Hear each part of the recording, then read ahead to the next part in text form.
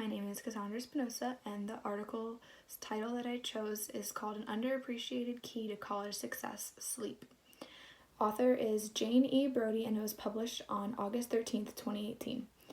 I think that the purpose of this article is to show importance of sleep and how it affects students when deprived of it and how it affects their education, and their schools are not acknowledging it as a problem.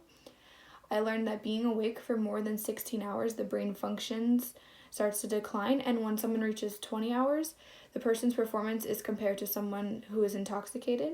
The author included a list of behavior measures to reach good sleep hygiene, which are the following: go to bed and get up every day at the same time, create a relaxing bedroom setting and follow a consistent bedtime routine, avoid food and drinks that contain caffeine and any medications with stimulant effects at least 3 hours before bed.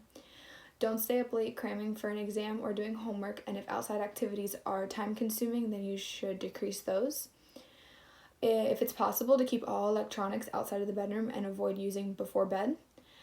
They say do not go to bed hungry, but also do not eat a full meal, like very expandable meal before bed. And then also avoid vigorous exercise before bedtime and instead do something more calming like light reading or maybe a meditation. And then to keep the bedroom quiet and dark, and if light coming in is a problem, to suggest getting room darkening curtains.